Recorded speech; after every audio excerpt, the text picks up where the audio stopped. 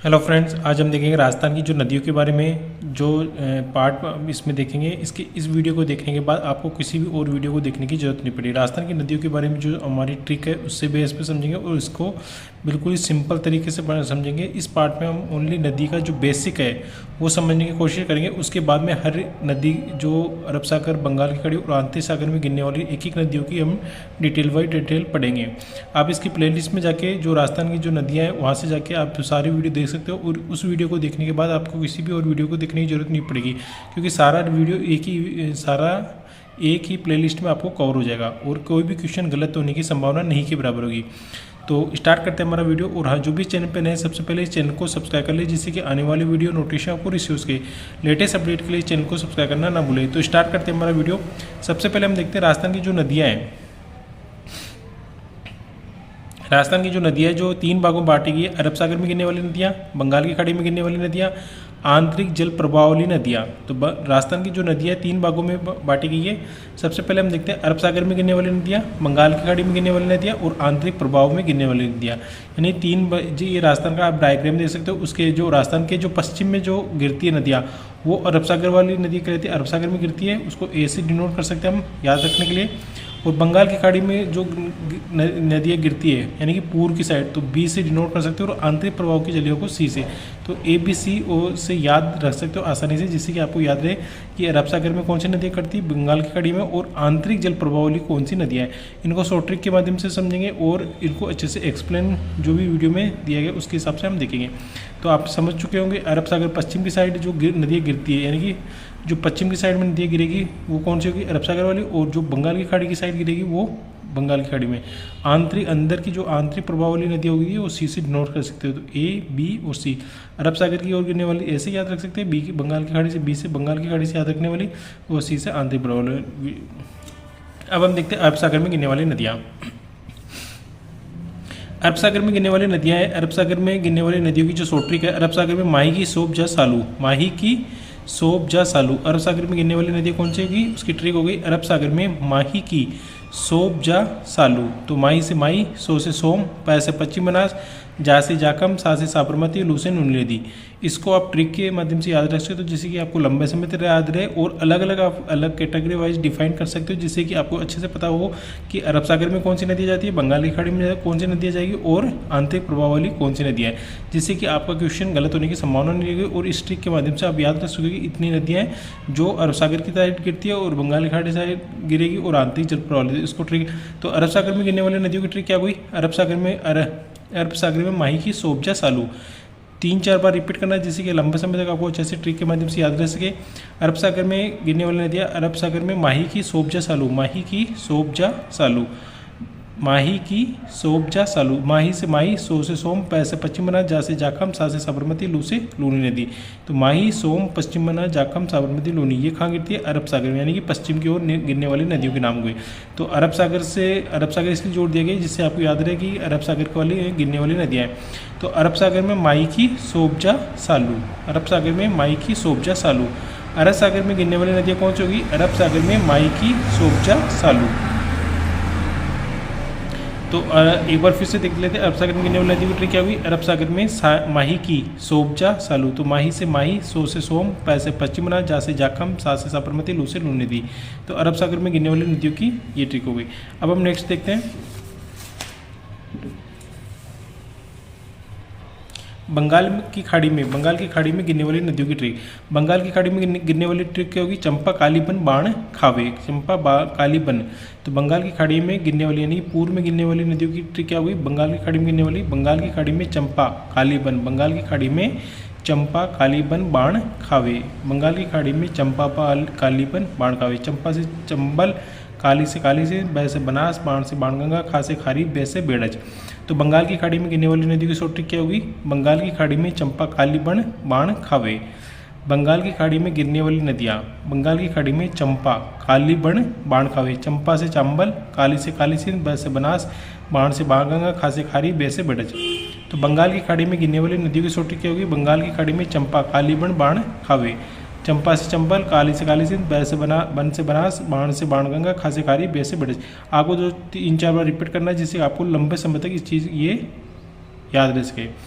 तो एक बार हम फिर से देख लेते हैं, बंगाल की खाड़ी में गिरने वाली नदी क्या होगी? बंगाल की खाड़ी में चंपा, कालीबन, बाणखावे, चंपा, कालीबन, बाणखावे, चंपा से चंबल, काली से बना, बन से बनास, बाण से बाणगंगा, खा से खारी, बेड़ से बेड़ज।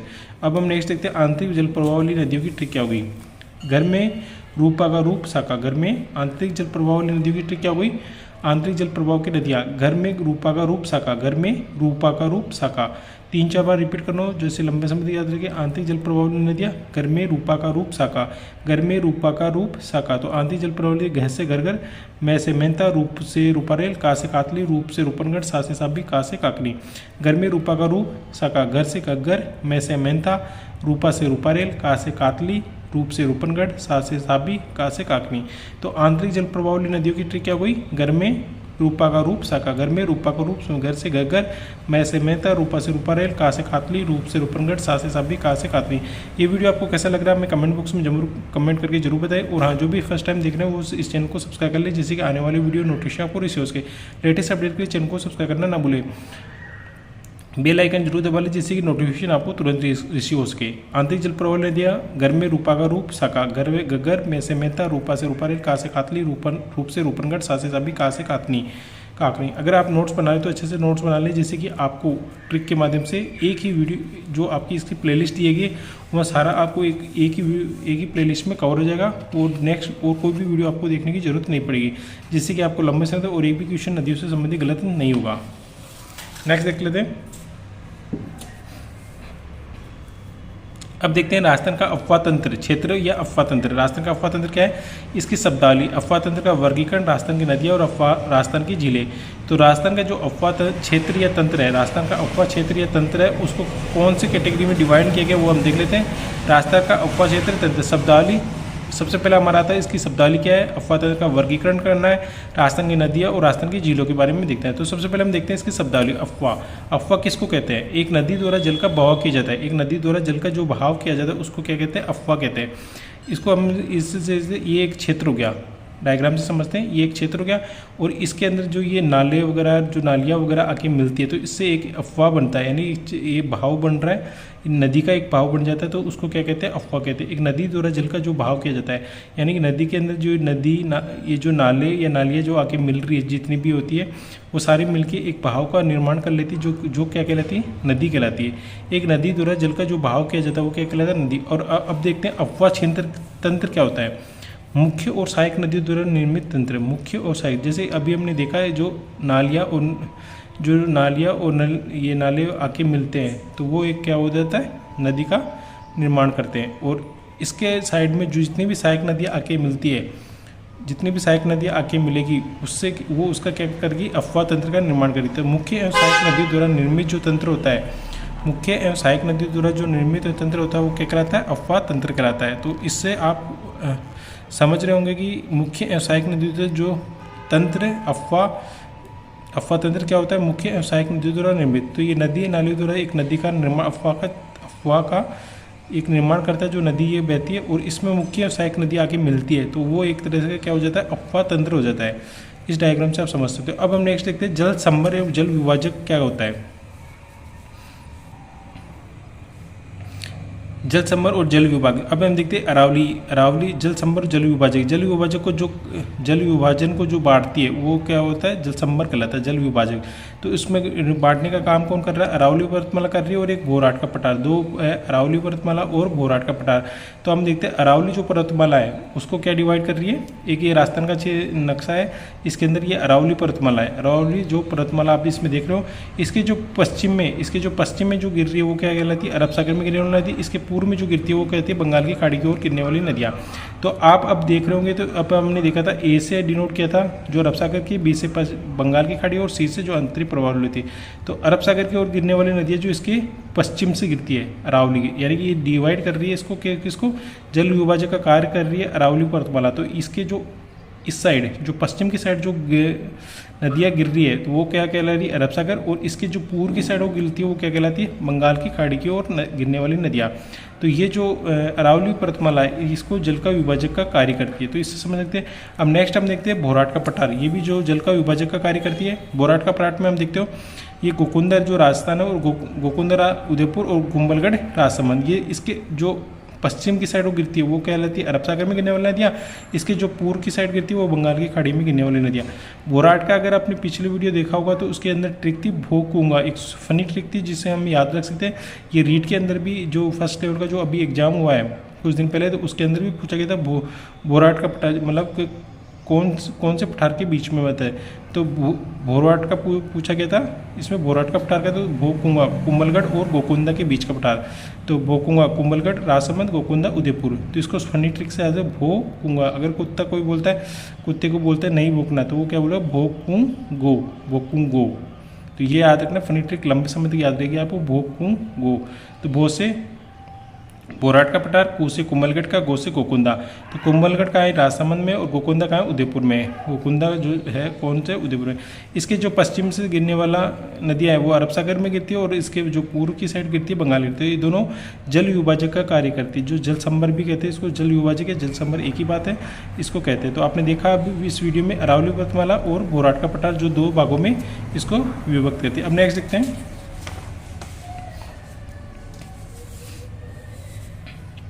अफवाह तंत्र। राजस्थान का जो अफवाह तंत्र का जो वर्गीकरण है वो डिवाइड करते हैं अंतिम जल विलय के आधार पर। अंतिम जल विलय के आधार पर जो होता है आंतरिक जल प्रवाह का कितना परसेंट है, 60% है। सबसे ज़्यादा मोटा कौन सा आंतरिक जल प्रवाह, यानी जो नदियाँ है आंतरिक प्रवाह की सबसे ज़्यादा है 60% ये कवर करती है आंतरिक जल प्रवाह। और बंगाल की खाड़ी में जो कि पूर्व की ओर से गिरती है वो 23 से 24%। याद रखना कई बार परसेंटेज भी पूछ लिया जाता है। अरब सागर का अफवाह जो तंत्र है 16 से 17% है।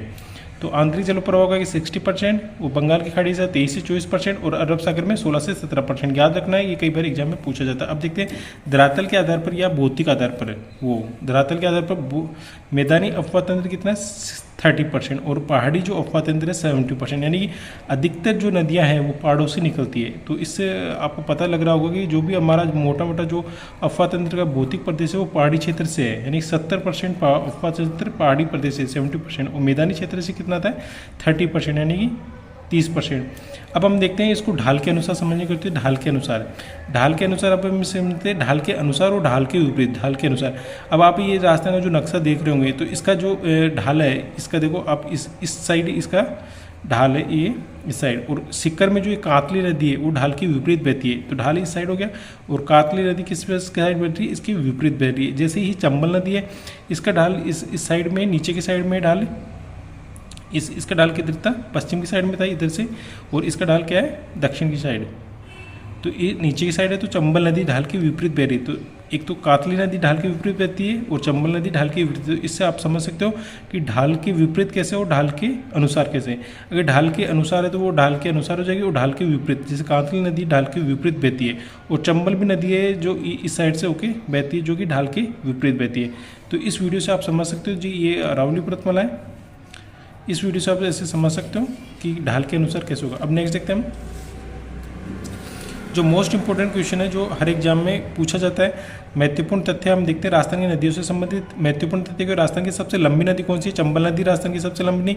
पूर्ण भाव के आधार पर सबसे लंबी नदी बनास नदी हो जाएगी। आंतरिक अपवाद तंत्र की सबसे बड़ी नदी कौन सी हो जाएगी, गगन नदी होती है। और नदी विहीन जिले जिसमें एक भी नदी नहीं बहती कौन सी, चूरू और बीकानेर। सर्वाधिक नदियों वाला संभाग कौन सा, कोटा है। न्यूनतम नदियों वाला संभाग कौन सा, बीकानेर। राजस्थान में चंबल नदी एकमात्र ऐसी नदी जो वर्ष भर बहने वाली नदी या 12 मासी नदी होती है वो कौन सी, चंबल और माई। यानी दो नदियाँ जो चंबल और माई जो 12 मास बहती है। तो राजस्थान की नदियाँ कोई महत्वपूर्ण तथ्य कॉन्सेप्ट वो हम देखेंगे। राजस्थान की सबसे लंबी नदी कौन सी होगी, चंबल नदी। पूर्ण भाव के आधार पर सबसे लंबी बनास। आंतरिक अफवाह तंत्र की सबसे बड़ी नदी गगन नदी। नदी विहीन क्षेत्र कौन से, चूरू बीकानेर। सर्वाधिक नदियों वाला संभाग कोटा। न्यूनतम नदियों वाला संभाग बीकानेर। राजस्थान में चंबल की एकमात्र ऐसी नदी जिसे वो वर्ष पर बहने वाली नदियाँ 12 मासी नदी कहलाती है, चंबल और माही। तो ये मोस्ट इंपोर्टेंट है, कई बार एग्जाम में सीधा क्वेश्चन पूछ लिया जाता है। तो नदियों को महत्वपूर्ण तथ्य है। अब नेक्स्ट देख लेते हैं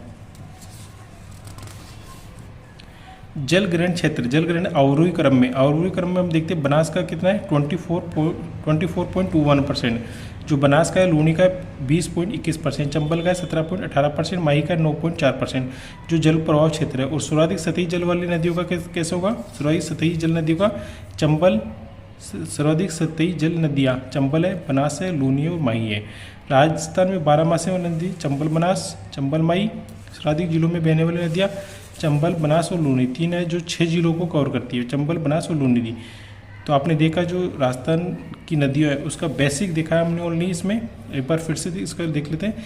जल ग्रहण क्षेत्र कौन सा, अवरोही क्रम में अगर बात करें तो बनास का सबसे ज़्यादा है 24.21%, लूनी का 20.21%, चंबल का 17.18%, माही का 9.4%।